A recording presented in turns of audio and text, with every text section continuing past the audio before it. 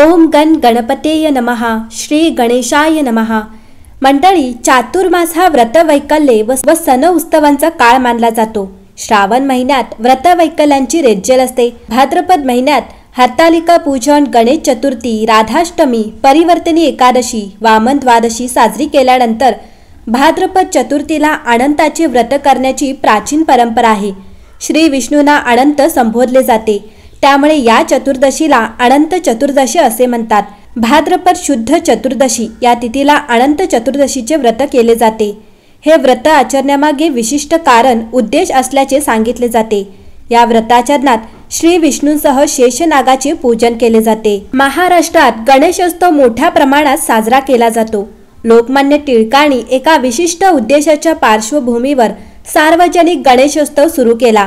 हा गणेशोत्सव 10 दिवस साजरा करण्याचे ठरवण्यात आले. त्यामुळे 10 दिवसीय गणेशोत्सवाची सांगता अनंत चतुर्दशीला केली जाऊ लागली. त्यामुळे अनंत चतुर्दशी तिथीला वेगळे महत्त्व प्राप्त झाले आहे. अनंत चतुर्दशीचे व्रत कसे करावे, अनंत व्रताचा उद्देश, पद्धती याविषयी जाणून घेऊया. अनंत म्हणजे जो कधी मावळणार नाही आणि कधी संपणार नाही, आणि चतुर्दशी म्हणजे चैतन्य रूपी शक्ती. भाद्रपद शुद्ध चतुर्दशी या तिथीला अनंत चतुर्दशीचे व्रत केले जाते. मुख्यतः हे व्रत गतवैभव प्राप्त करण्यासाठी श्री विष्णूंना अनुसरून केले जाते. या व्रतामध्ये शेषनाग आणि यमुनेचेही पूजन केले जाते. कोणी सांगितल्यास किंवा अनंताचा दोरा सापडल्यास हे व्रत करतात, अशी मान्यता आहे.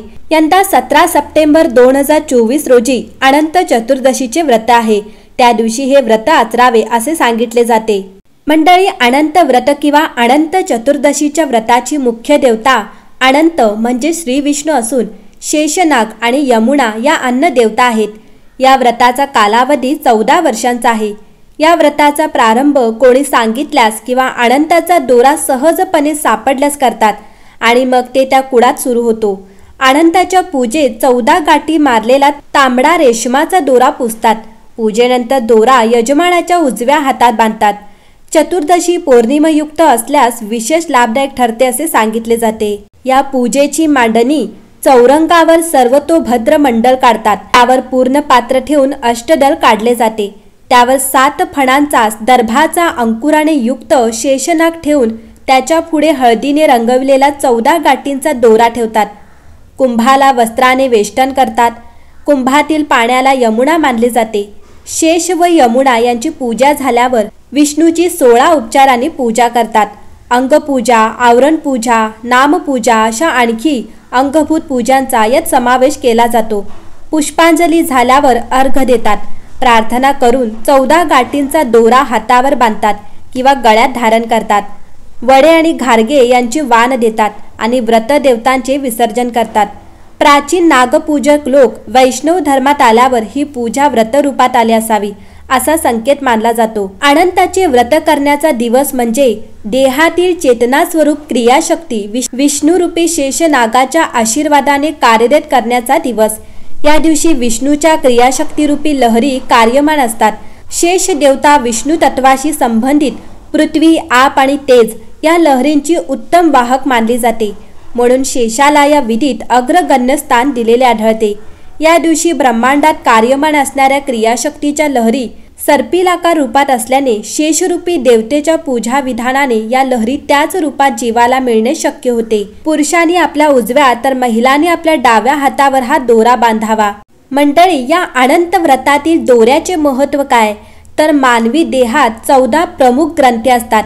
या ग्रंथींचे प्रतीक म्हणून दोऱ्याला 14 गाठी असतात. विशिष्ट देवतेचे या गाठींवर आवाहन केले जाते. 14 गाठींच्या दोऱ्यांची मंत्रांच्या सहाय्याने प्रतिकात्मक रूपात पूजा करतात. यामुळे चेतनेच्या प्रवाहाला गती मिळून देहाचे कार्यबल वाढण्यास सहाय्य मिळते. त्यानंतर पुन्हा पुढील वर्षी जुने दोरे विसर्जित करून क्रियाशक्तीने प्रभारित नवीन दोरे बांधले जातात. तसेच 14 गाठी या श्री विष्णूंनी निर्माण केलेल्या 14 लोकांचे प्रतीक मानल्या जातात. द्यूत क्रीडेत गमावलेले सर्व वैभव परत मिळविण्यासाठी युधिष्ठिरासह पांडवांनी अनंत व्रताचे आचरण केले होते. श्रीकृष्णाने पांडवांना या व्रताचे महत्त्व सांगितले होते. त्या व्रतप्रभावाने पांडवांना त्यांचे गेलेले राज्य परत मिळाले. गतवैभव प्राप्त झाले अशी मान्यता असल्याचे सांगितले जाते। हे व्रत भाद्रपद शुद्ध चतुर्दशीला अनंत चतुर्दशीला हे व्रत केले जाते।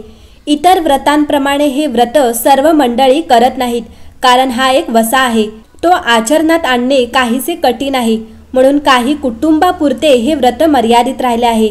हे व्रत कोणी करावे याचे देखील संकेत आहेत।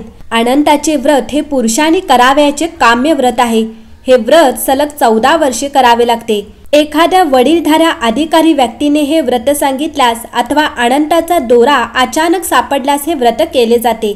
तसेच ज्यांना हे व्रत करण्याची इच्छा आहे ते देखील हे व्रत करू शकतात।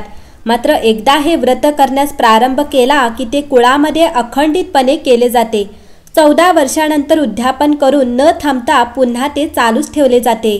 जेव्हा सलग 14 वर्षे पूर्ण होतात तेव्हा व्रतकर्त्याने त्रयोदशीला व्रतकर्त्याने एकभुक्त राहावे। चतुर्दशीला तीळ आणि आवळ्याचा गर लावून स्नान करून शुचिर्भूत व्हावे। त्यानंतर अनंताची पूजा करावी।